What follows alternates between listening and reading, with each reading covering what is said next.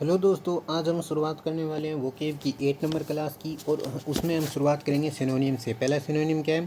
पहला सिनोनियम है नेगोशिएशन। क्या नेगोशिएशन? नेगोशिएशन का होता है बार्गेनिंग करना। क्या होता है? बार्गेनिंग। बार्गेनिंग इसके 3 नंबर इसके सिनोनियम बताना है तो बार्गेनिंग या इसका आंसर से बार्गेनिंग होता है मतलब जब हम किसी से सब्जी खरीदते हैं तो उसके 5 रुपये देंगे, 2 रुपये देंगे। ये इन सबको कहना बार्गेनिंग कहते हैं। मोल भाव करना। क्या करना? मोल भाव करना। मोल भाव करना इसका क्या होता है? निगोशिएशन का अर्थ होता है। और इसको इंग्लिश में कहते हैं बार्गेनिंग करना या निगोशिएशन करना। तो बार्गेनिंग और इन बिटवीन एक ऐसे केयरलेसनेस जो लापरवाह होते हैं। स्लेकनेस होता है ढिलाई। क्या? ढिलाई। हम किसी काम में ढिलाई करते हैं ना, स्लेकनेस। स्लेकनेस छोड़ देते हैं, उसी को कहते हैं स्लेकनेसनेस यानी ढिलाई।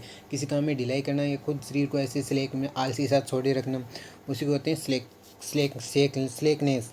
ठीक है। नेगोशिएशन का हो गया बार्गेनिंग। ठीक है। अगले वाले में देखो, अगले वाला है इंडोलेंट। इंडोलेंट क्या होता है?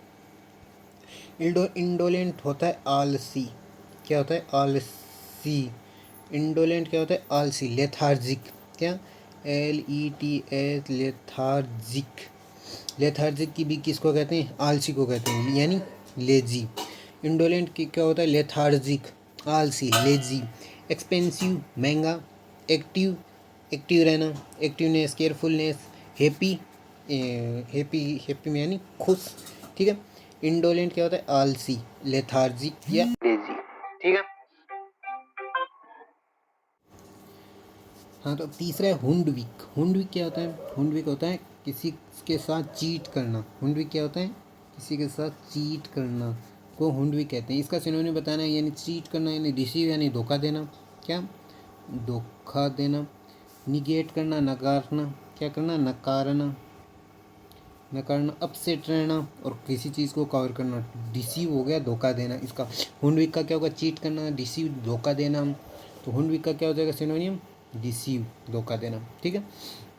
अगला वाला देखो, प्रोफ्लीगेट करना। प्रोफ्लीगेट करना यानी किसी चीज़ को वेस्ट करना। प्रोफ्लीगेट का अर्थ क्या होता है? किसी चीज़ को वेस्ट करना, खराब करना। टोकेटिव, बातूनी। जो बहुत ज़्यादा बात करते हैं उनको टोकेटिव कहते हैं, बातूनी। इंटेलिजेंट अब होता है अनकन्वेंशनल। अनकन्वेंशनल अपरंपरागत। अपरंपरागत को अनकन्वेंशनल कहते हैं। अपरंपरागत।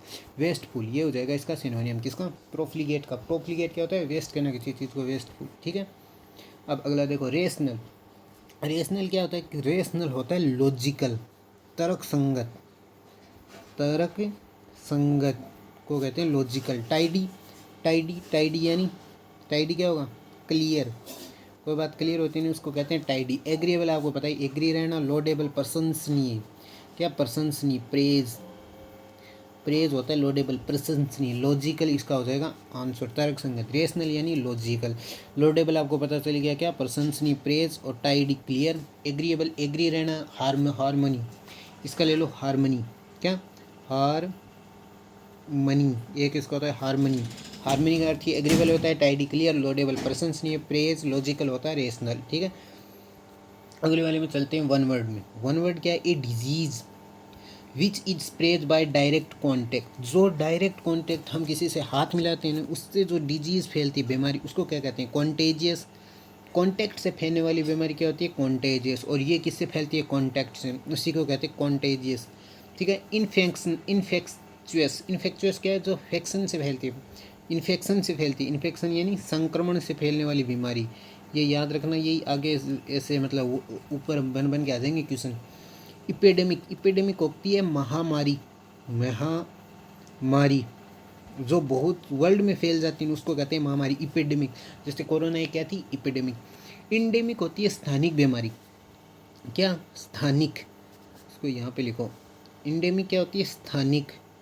स्थानिक जो बीमारी होती है, जो एक केवल स्पेस स्थान की बीमारी होती है, उसे तो कहते हैं इंडेमिक।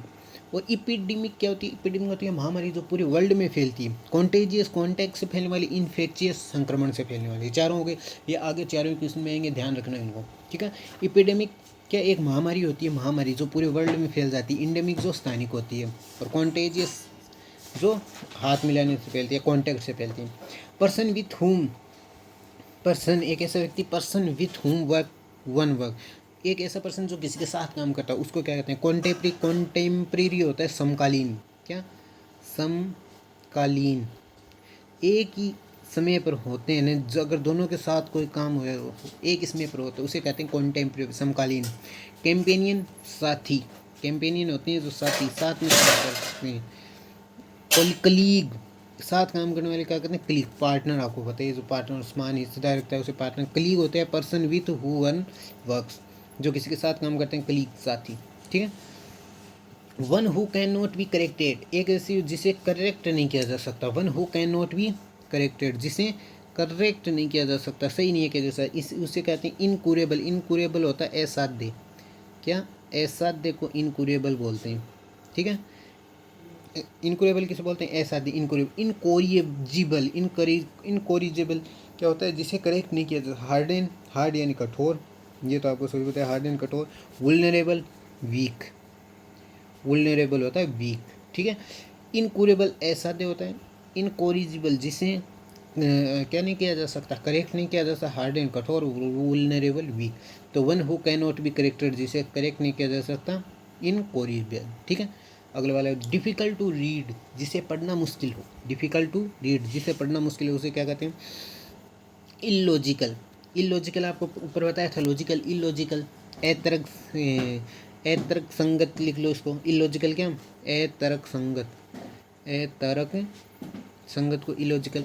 इलिजिबल, इलिजिबल जिसे पढ़ा नहीं जा सकते, जिसे पढ़ा जा सकता उसे लेजिबल।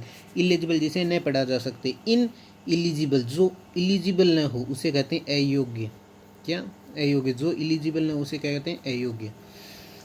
समझ में, डिफ़िकल्ट टू रीड क्या होता है, जिसे पढ़ना मुश्किल हो उसे कहते हैं इलिजिबल। और इलॉजिकल अतर्क संगत, ठीक है। Something kept as a reminder of a event. Something kept, कुछ रखना, रिमाइंडर मतलब रिमाइंडर याद की तरफ किसी इवेंट का, उससे क्या कहते हैं, ट्रॉफी नहीं, प्राइज नहीं, एंटीक्यू प्राचीन नहीं, उसे कहते हैं सोवेनिर। ये याद करना, ये इन तीनों को एक्सप्लेन करने की जरूरत नहीं है, आप सभी जानते हो। ये देखना, उसे कहते हैं सोवेनिर, क्या कहते हैं, souvenir, souvenir. Something kept as a reminder, किसी को किसी की याद में रखना इवेंट की, उसे कहते हैं सोवेनिर, ठीक है। अगले वाले में चलो एंटोनियम में बात कर लेते हैं। एंटोनियम आसान आसान से देखो। एडवांस, एडवांस क्या होता है, एडवांस रहना, किसी चीज़ में आगे रहना, आगे रहना, एडवांस रहना, उन्नत। प्रोसीड्स, प्रोसीड्स यानी धीरे धीरे आगे बढ़ना। आउटपेक, आउटपेक्स यानी आगे बढ़ना। रिसीड, यही होगा एडवांस का, एडवांस। रिसीड यानी पीछे रहना। रन बैक, पीछे पीछे चलना, रन बैक पीछे पीछे चलना, और ये होता है पीछे पीछे रहना, पीछे पीछे रहना, ये पीछे चलना, ठीक है। पीछे चलना क्या होती है, रन बैक, आउट बैक आगे बढ़ना, प्रोसीड धीरे धीरे बढ़ना, रिसीड क्या होता है पीछे, ठीक है। एक्सेप्शनल, एक्सेप्शनल आया, एक्सेप्शनल किसको कहते हैं, एक्सेप्शनल, जो एक्सेप्शनल चीज़ होती है उनको एक्सेप्शनल होना, अपवाद होना। अपवाद, जो एक मतलब अपवाद रहते हैं एक्सेप्शनल कहते हैं, अपवाद है ये चीज़। ग्रेट आपको सभी को पता है। ओकेजनल, ओकेजनल होना, कभी कभार। ओकेजनल किसी ओकेजन पर होना, क्या, कभी कभार, उसे ओकेजन कहते हैं। कॉमन, जो मतलब हर बार। एक्सेप्शनल यानी कभी, एक्सेप्शन यानी अपवाद होना। कॉमन, इसका एंटोनिम क्या हो जाएगा, कॉमन, यानी जो मतलब हर चीज़ हर में रहता है। एब्जॉर्बिंग क्या होती है, एब्जॉर्बिंग करना, अवशोषित करना, क्या, अवशोषित करना, एब्जॉर्बिंग करना होता है, अवशोषित करना, किसी चीज़ को मतलब एब्जॉर्ब, अपने अंदर डालना, उसे कहते हैं एब्जॉर्बिंग, ठीक है। ओकेजनल कभी कभार, ग्रेट कॉमन होता है एक्सेप्शनल का एंटोनियम।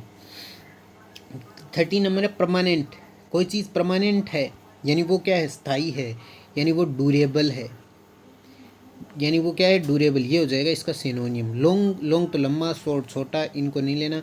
टेम्परेरी इसका एंटोनियम हो जाएगा, क्या हो जाएगा इसका एंटोनियम, टेम्परेरी। परमानेंट है यानी ड्यूरेबल है, ड्यूरेबल का अर्थ होता है स्थायी, यानी वो स्थायी है, ड्यूरेबल है, स्थायी है। तो फिर इसका क्या हो जाएगा, टेम्परेरी एंटोनियम। परमानेंट का टेम्परेरी, टेम्परेरी को आप एक और लिख सकते हैं टेंटिव, TENTATIV, टेंटिव। आप एयरफोर्स में जो इनरोलमेंट लिस्ट किया कभी कुछ जारी होता है ना, वो ऐसे होते हैं। पहले मान लो कोरोना के टाइम पे जो भी ऐसे लिख देते थे कि 3 महीने बाद एग्ज़ाम होगा, उसके आगे लिखा हुआ था टेंटेटिव, टेंटेटिव यानी वो टेंटेटिव अस्थाई, परमानेंट, परमानेंट ही अस्थाई न्यूज़ है वो, ठीक है। 14 में देखो मॉडरेट करना किसी चीज़ को, मॉडरेट रहना यानी मध्यस्थ, क्या मध्यम मध्यस्थ में रहना, उसे मॉडरेट। अब नॉर्मल ऐस माने व्हील, घाव का निशान, क्या घाव का निशान को क्या कहते हैं, व्हील, घाव का निशान व्हील। एक्सट्रीमी बहुत ज़्यादा, एंटोनियम ये सेपरेट करना, अलग करना, अलग करना यानी सेपरेट करना। एक्सट्रीमी बहुत ज़्यादा। मॉडरेट क्या होता है, मॉडरेट होता है मध्यस्थ, एक्सट्रीमी बहुत ज़्यादा, तो इसका एंटोनियम क्या हो जाएगा, एक्सट्रीमी। 14 हो गया।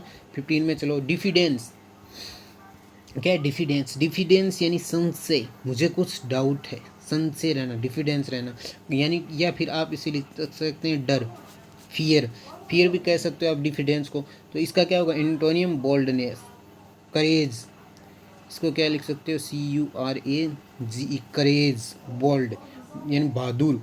आउटस्पोकन बोलना, फ्लुएंसी से बोलना किसी चीज़ को, मतलब एयरफोर्स की जीडी में जब कहते हैं, एयरफोर्स की जीडी में आपको फ्लुएंसी से बोलना पड़ता है, यानी फ्लुएंसी जो आपका क्या दिखाती है, कॉन्फिडेंस। ऑब्स्टिनेंसी, ऑब्स्टिनेंसी होता है जिद्दी, क्या जिद्दी, हट्टी।